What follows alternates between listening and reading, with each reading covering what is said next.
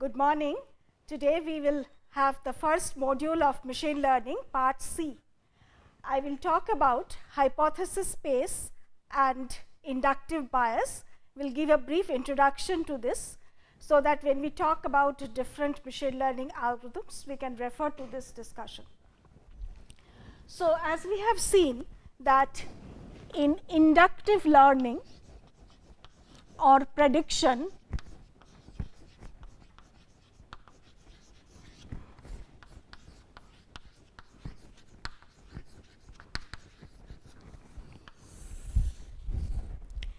we are given examples or data,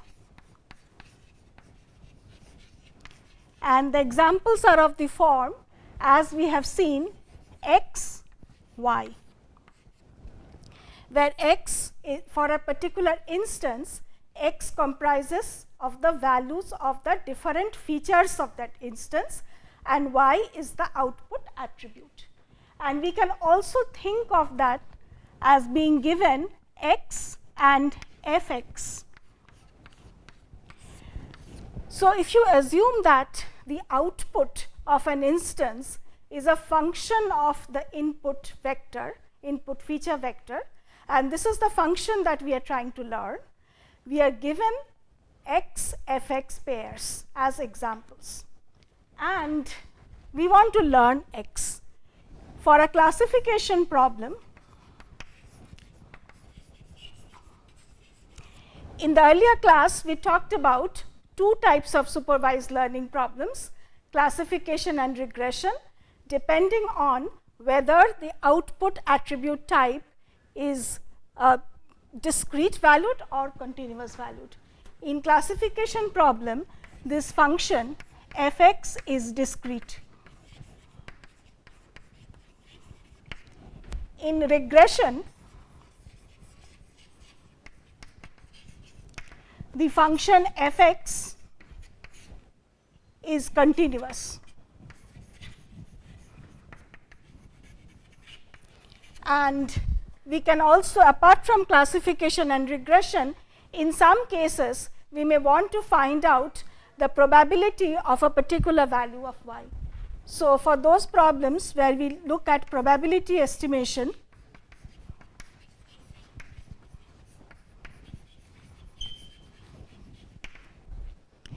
our fx is the probability of x.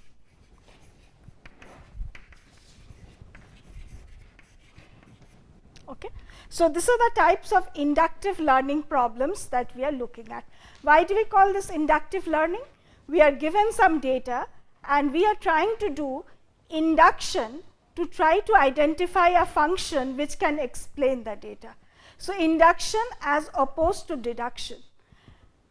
Unless we can see all the instances, all the possible data points, or we make some restrictive assumption about the language in which the hypothesis is expressed, or some bias, this problem is not well defined. So, that is why it is called an inductive problem. Okay. Then in the last class we talked about features. So, when we say we have to learn a function, it is a function of the features. So, instances are described in terms of features. So, features are properties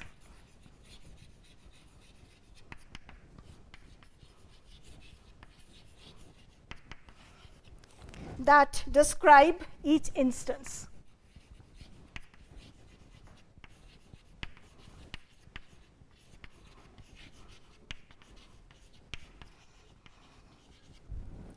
And each instance can be described in a quantitative manner using features. And often we have multiple features. So, we have we use what we call a feature vector. For example, for a particular instance, we may be, or a particular task, we may be describing all the instances in terms of 10 features. So, the feature vector will be a one dimensional vector of size 10. Now, based on this, we can define a feature space Suppose for simplicity let us assume that there are two features, and we can say that the features are x1 and x2. In general, we can have n number of features. We have two features. The features define a two-dimensional space. If we have n features, they define an n-dimensional space. If you take a particular instance, let us say D1 is an instance, and for D1, x1 equal to 2, x2 equal to 5. So, let us say x1 is 2 here and x2 is 5 here. So, this is D1. So, D1 can be thought of as a point in this feature space, point in the two-dimensional feature space, or you can think of it as a vector in this space. So, each instance is a point in the feature space. Now, let us look at a classification problem, and let us say that it is a two-class classification problem. So, we are given a number of instances or examples, some of which belong to class 1, the others belong to class 2. So, in a two-class classification problem, we have two types of instances, those belonging to class 1 and those belonging to class 2. You are given a training set which comprises a subset of the instances. Some of them are marked class 1, some of them are marked class 2, and we can say that class 1 is positive and class 2 as negative. So, we find that we can map different points in this feature space. Let us say these are the positive points, and we have some other points in this feature space which are negative points. Now, what we want to do is we want to learn a function, so that based on the function we want the function to predict whether a new instance which is given to you, suppose this is a new instance which is given to you, we want to know whether this should be positive or negative. In order to do this, we have to learn a function, or the function could be a particular curve or a line which separates the positive from the negative instances. For example, the function that we learn could be this function, and we can say that any point which lies to this side of the function is positive, any point which lies to this side of the function is negative, and since this yellow point lies to the left of the function, it is negative. So, this is what inductive learning is about. So, let us look at this slide. In this slide, which I have taken from a slide by Jesse Davis of University of Washington, we can see a feature space is described in terms of the positive and negative examples. The green pluses are the positive points, the red minuses are the negative points. Now, this is a particular instance for which x1 is 0.5, x2 is 2.8, and the label of this instance is positive. Now, these question mark points are the test points, and we are asked to find out what should be the class of those points, should they be positive or negative in the prediction problem. So, in order to answer the prediction problem, we have to come up with a function. For example, let us say we come up with this pink function, pink line, and we say points that lie to the right of the pink line is negative, the points which lie to the left of the pink line is positive. So, in this case, this point and this point will be marked positive, and this point will be marked negative.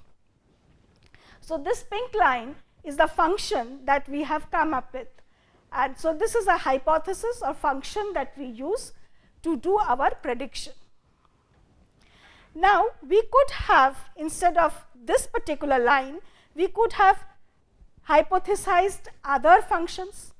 So, all these are possible functions which we could have found, and the set of all such legal functions that we could have come up with, they define the hypothesis space. In a particular learning problem, you first define the hypothesis space, that is the class of functions that you are going to consider. Then given the data points, you try to come up with the best hypothesis given the data that you have. We have briefly talked about in the last module about how a function is represented. So, as we have discussed, a function is represented in terms of features.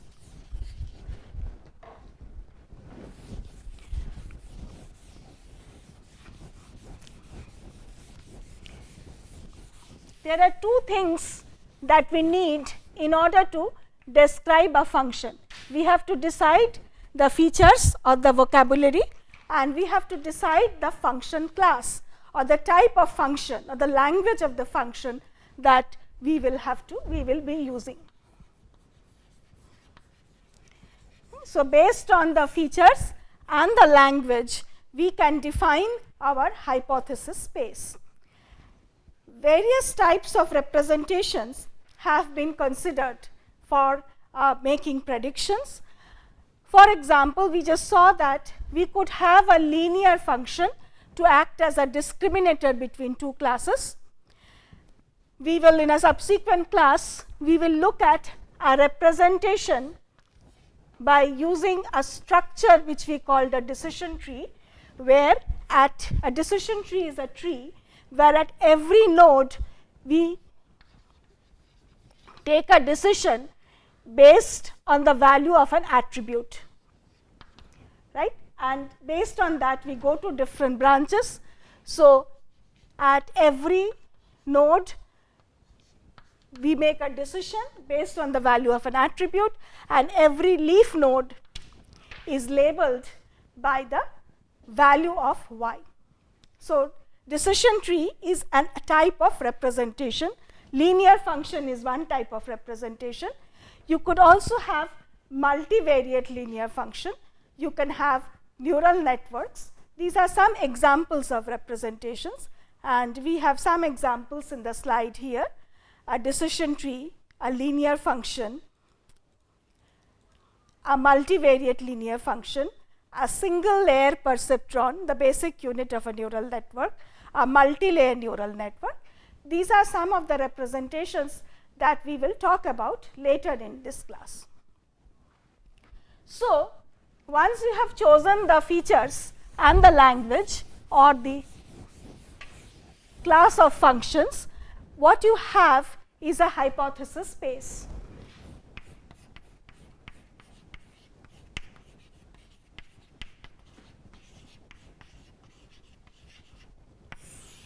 So, a hypothesis space is the space of all legal hypotheses, is a set of all legal hypotheses that you can describe using the features that you have chosen and the language that you have chosen. And this is the set from which the learning algorithm will pick a hypothesis.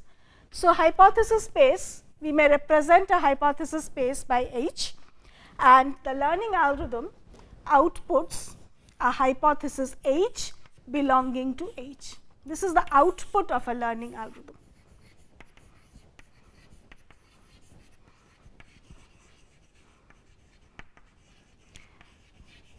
So, capital H denotes all legal hypotheses, all possible outputs by the learning algorithm. Given the training set, given the particular data points, the learning algorithm will come up with one of the hypotheses in the hypothesis space. Which hypothesis it comes up with will depend on the data, and it also will depend on what type of restrictions or biases that we have imposed, right, which we will describe later.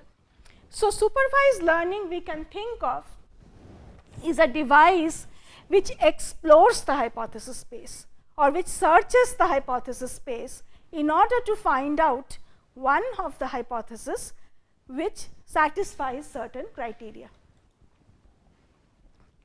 Now, for some more terminology before we proceed,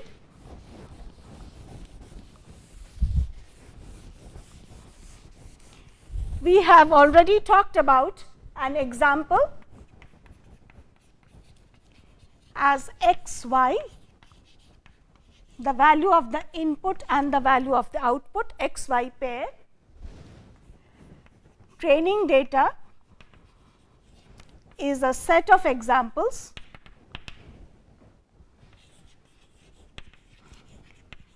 is a collection of examples which have been observed by the learning algorithm or which is input to the learning algorithm.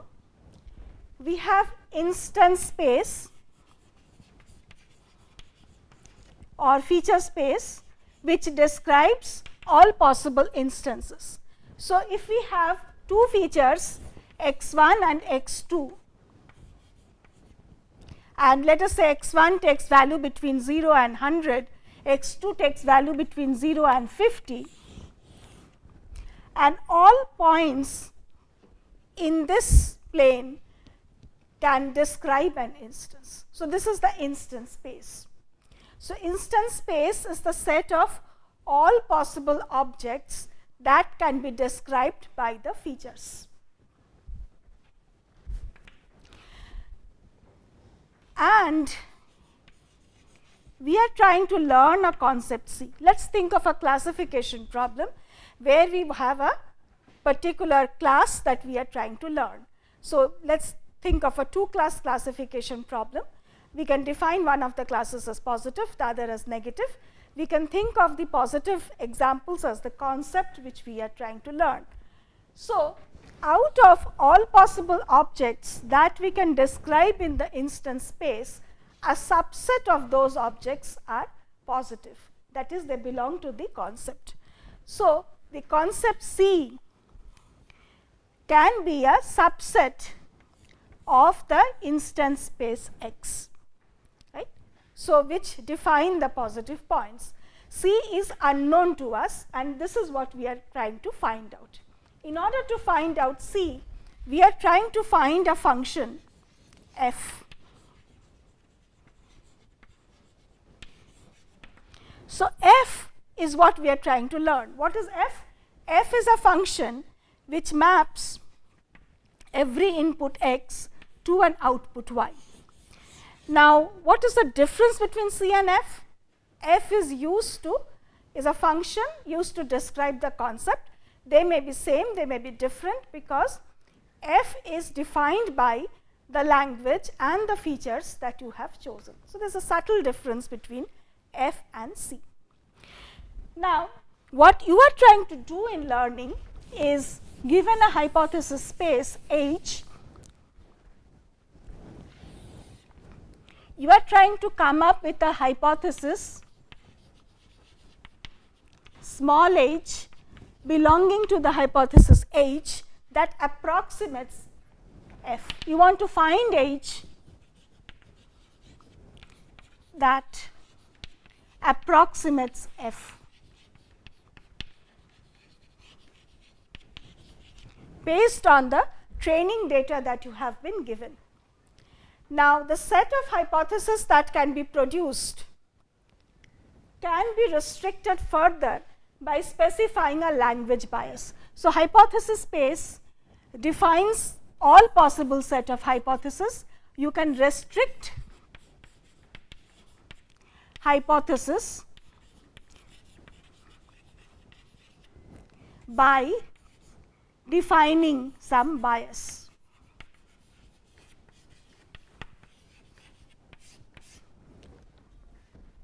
Right? So, you can specify some constraints on the language or some preferences. So, bias is of two types. Bias can be in terms of constraints, or the bias can be in terms of preferences. We will define them more precisely soon, but what we mean by constraints is, suppose your features are Boolean variables. Now, if you say that you want to consider only Boolean functions which are conjunctions of monomials, so that is providing a bias on the language. If you say that you want a function which is simpler, then you are putting a preference bias. Right. So, we will talk about this later. So, given these definitions, in a learning problem, the input is a training set, let us say S. S is a subset of the instance space. X is the instance space which comprises of all possible instances, and the training examples that you are given is a subset of this. And output, you are required to output a hypothesis small h belonging to the hypothesis space capital H. So, this is for a classification problem. Okay. So, let me rub the board. We proceed.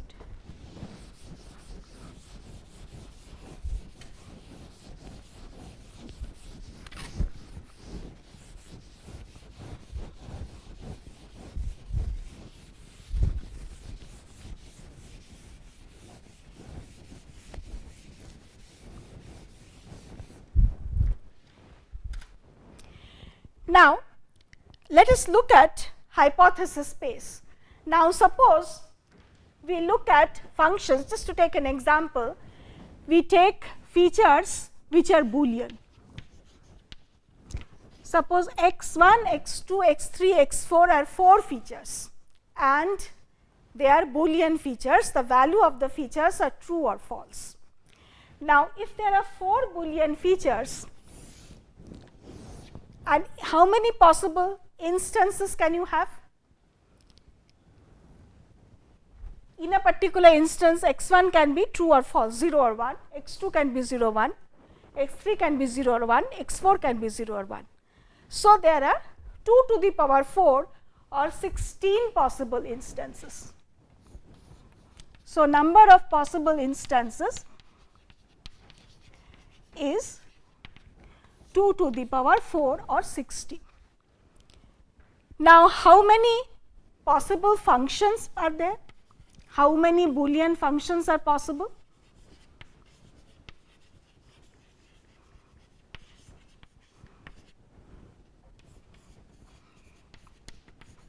So, what is a function? A function will classify some of the points as positive, others as negative out of this 16 points. So, that means the number of functions is the number of possible subsets of these 16 instances. So, how many possible subsets are there?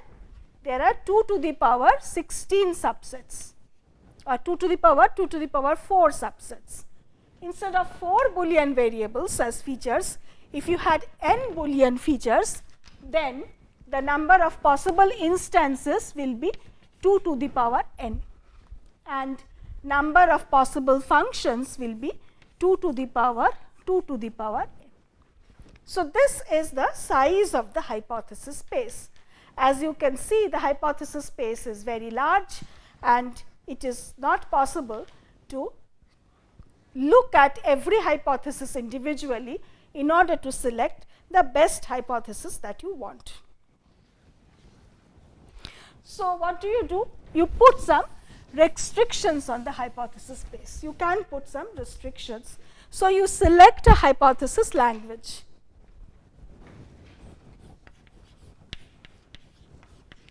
So, this hypothesis language may be an unrestricted language, for example, all possible Boolean functions, or may be a restricted language.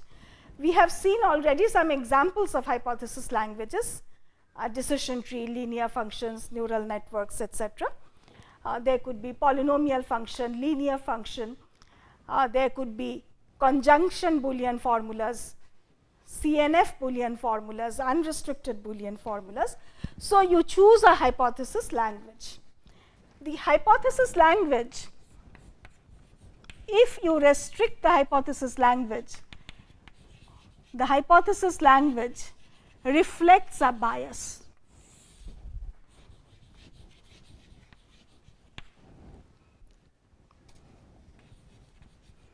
So, this reflects a bias or inductive bias of the learner.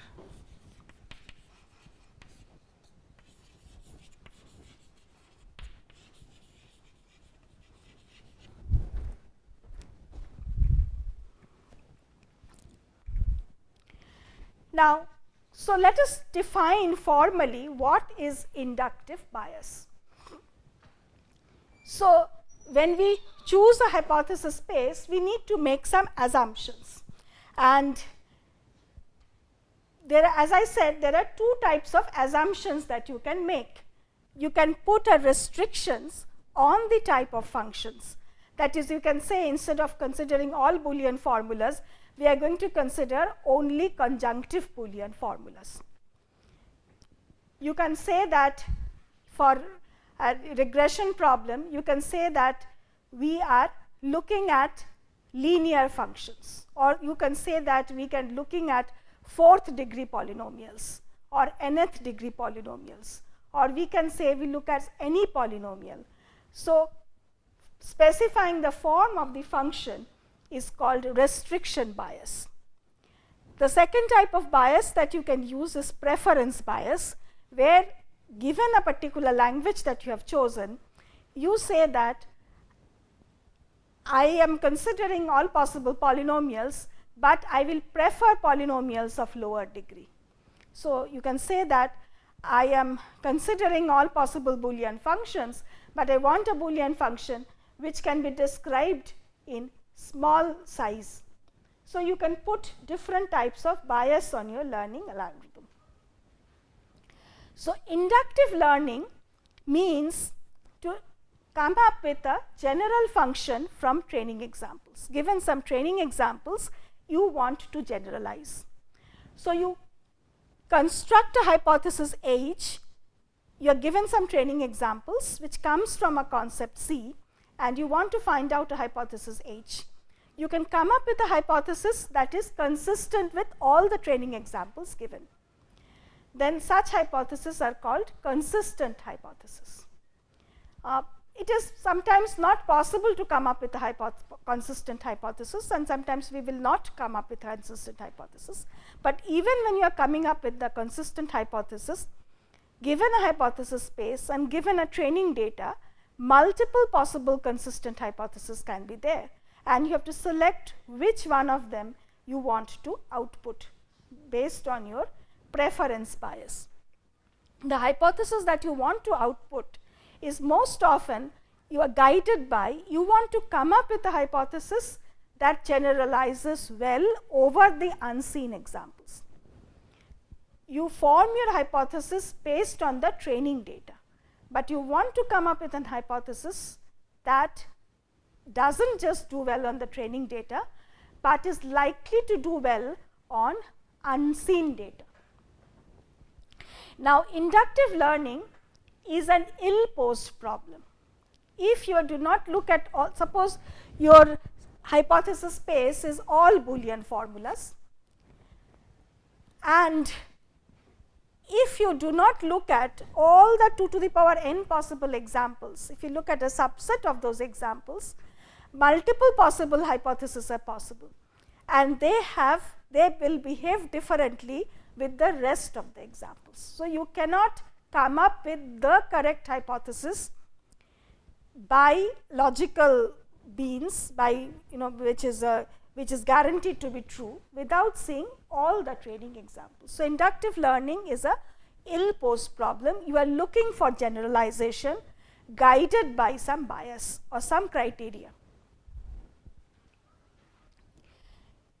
So, why you are being able to generalize? It is based on an assumption. We call this assumption the inductive learning hypothesis.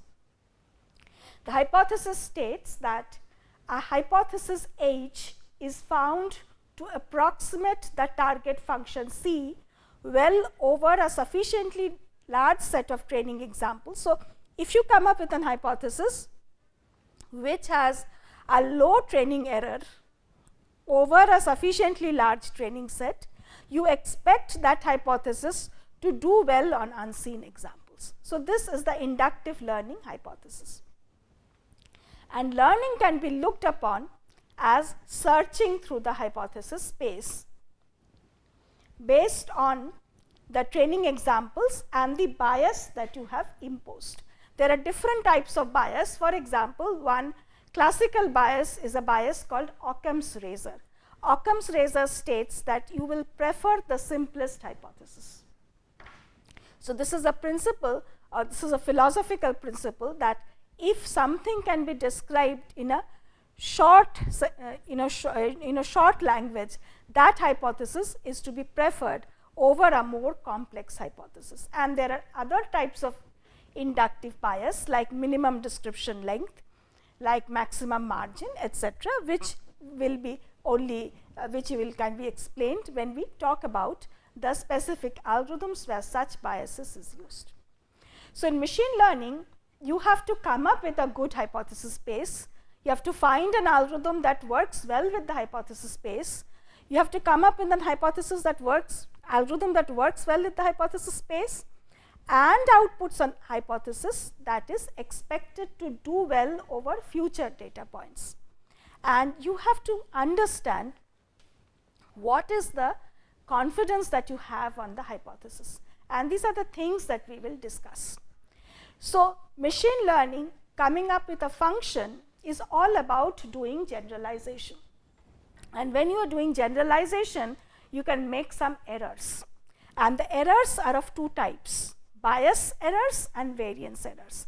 So, bias, as we saw, is a restriction on the hypothesis space or the preference in choosing hypothesis. By deciding a particular hypothesis, you impose a bias. So, this is error due to incorrect assumptions or restrictions on the hypothesis space. The error introduced by that is called bias error. Variance error is introduced when you have a small test set. So, variance error means the model that you estimate from different training sets will differ from each other. If you come up with a model from some 50 data points, and you take another 50 data points from the distribution, you can come up with a very different model. Then we say that there is a variance among the results. And this point we will discuss later when we talk about different learning algorithms. This is a very important concept, but we will talk about it when we talk about the algorithms. This is overfitting and underfitting. You may come up with a hypothesis that does well over the training examples, but does very poorly over the test examples. Then we say overfitting has occurred. Overfitting comes from using very complex functions or using too few training data. And the reverse of overfitting is underfitting. If you have a very simple function, then it cannot capture all the nuances of the data. So, we will talk about details of overfitting and underfitting when we talk about specific algorithms. With this, we come to the end of this module. Thank you.